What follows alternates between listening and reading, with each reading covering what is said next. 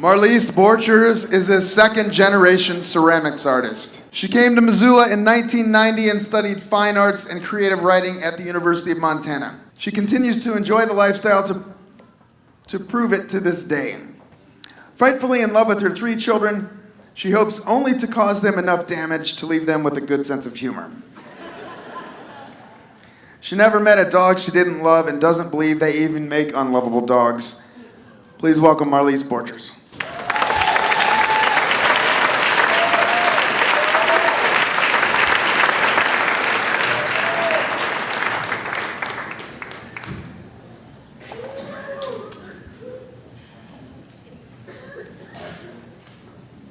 Mark has said to numerous people that I'm the most nervous and shaky speaker he's ever put on the Tell Us Something stage.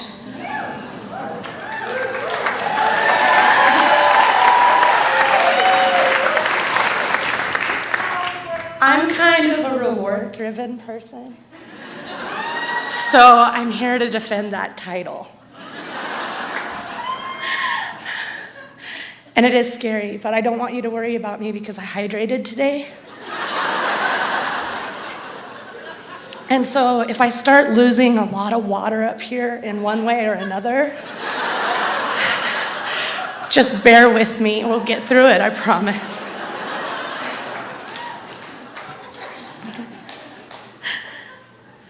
So it's the last days of July, and I walk with my husband through the picketed gate of our front yard. And my kids are inside the house, and I know that I can't look at them. And I had bought Bub, that's my husband's name, I'm not even kidding. I had bought Bub a hammock for Father's Day, and I decided that I would climb aboard that unsteady sling.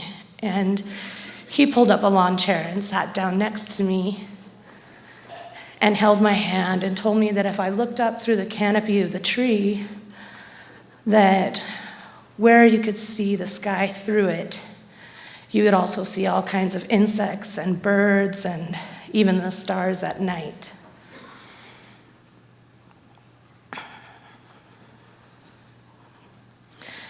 And I'm looking up through the tree. We had just come from the emergency room, and about 10 hours at the emergency room. And it was really busy that day, so we had a long wait, about 3 hours. And I was in the most immense pain that I ever hoped to fathom. And all I could do at that point really was bury my head in his shoulder and try to detach myself as much as I could from my physical being. And when we finally did get called,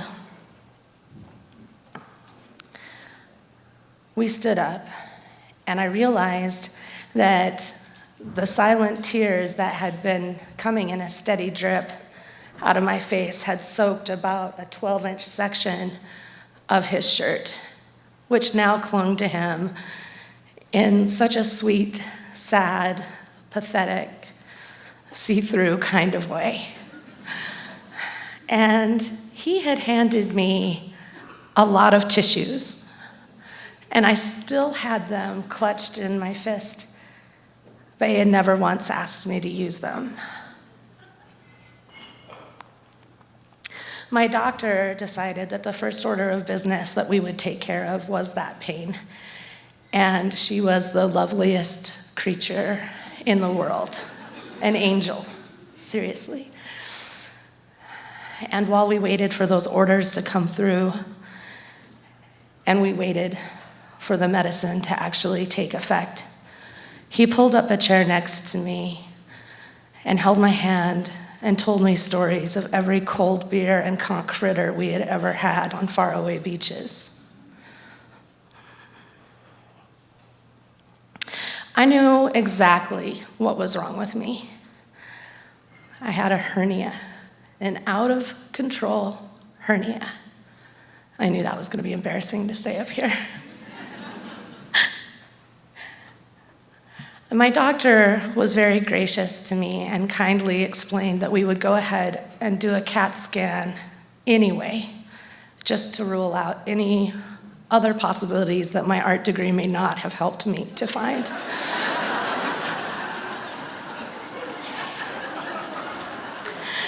And a CAT scan, by the way, guys, if you've never had one, makes you feel 100% like you're peeing your pants right there, right now. And you're not, but you won't believe anybody who tells you that you're not. And I just, in case you wanted that piece of information down the road, felt like you should have it. And so, like I said, this was a really long day, and it was shortly before we were sent home, in like the 9th hour of our visit, when my lovely doctor returned again, and my husband slept in a chair upright next to me with half of a cafeteria sandwich in one hand and an open packet of mayonnaise in the other. And I was drifting in and out, kind of, you know, I had been medicated pretty heavily. And she came in with another man and another doctor.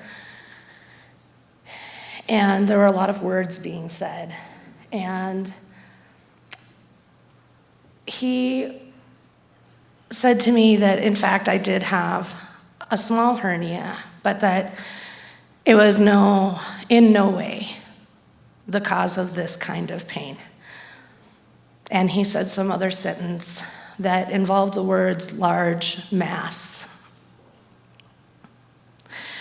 And I'm looking around at everybody, at my husband and at my lady doctor and at this new guy.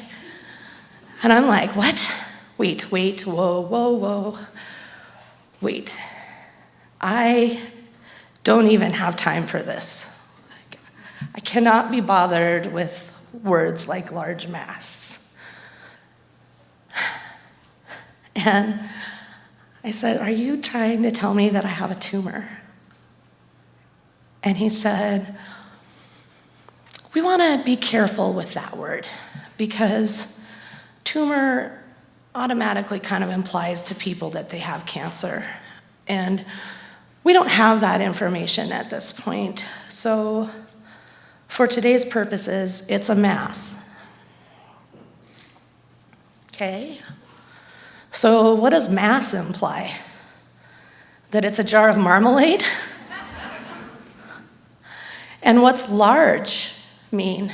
I mean, are we talking small rabbit? Are we talking bread box?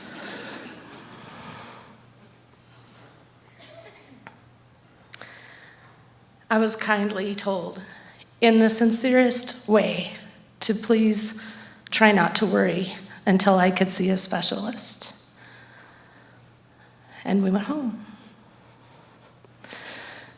So in the hammock, I'm looking up into the tree for the points of light, and I'm trying not to worry.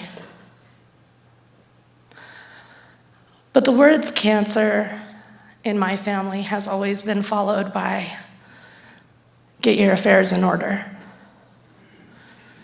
And that was going to be especially tricky for me at this point because I haven't even had an affair.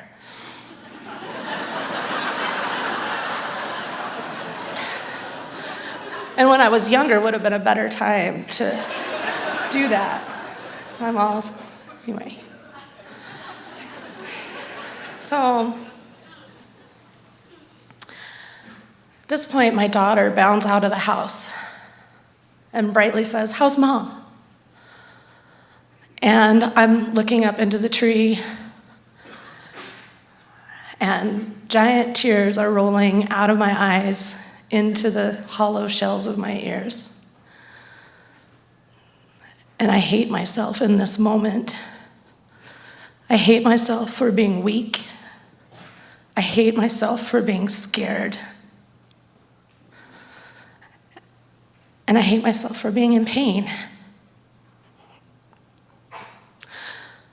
I hear my husband answer her, and he tells her that I'm going to be okay.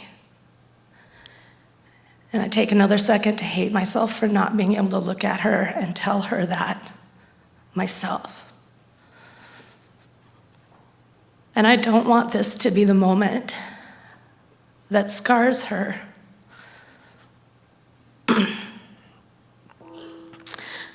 When I was 23, I burst into the ICU waiting room where my mom lay in a coma in the rooms beyond. And I got there just in time to hear the doctor say that she had less than a 50% chance of living until morning. And my dad hung there, suspended in air, the way a building does just after it's been imploded. And he crumbled to the floor at his feet and begged him for her life, begged him to save her.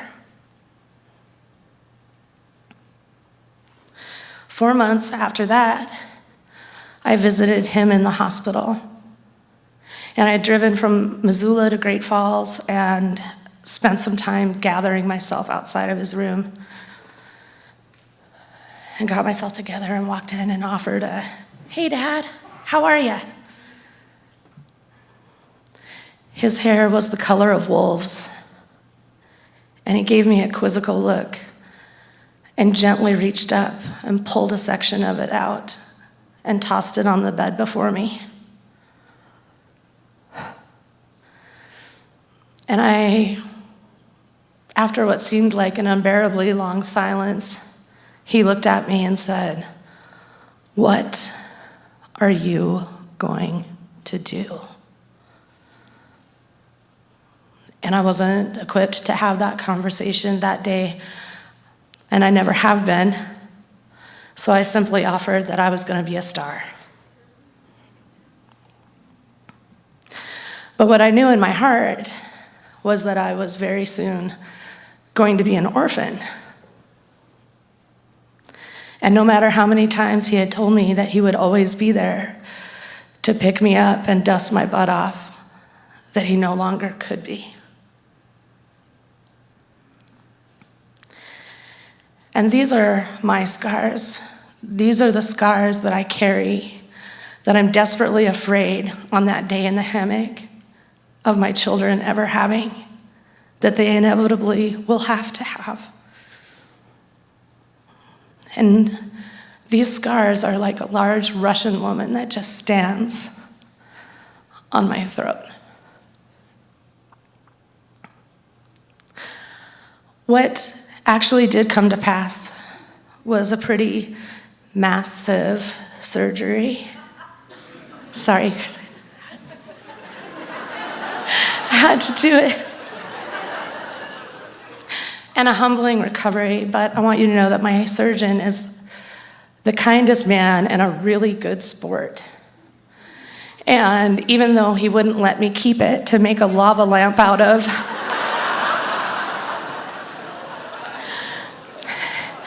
he did humor me by taking a really great selfie of himself with my tumor in the operating room.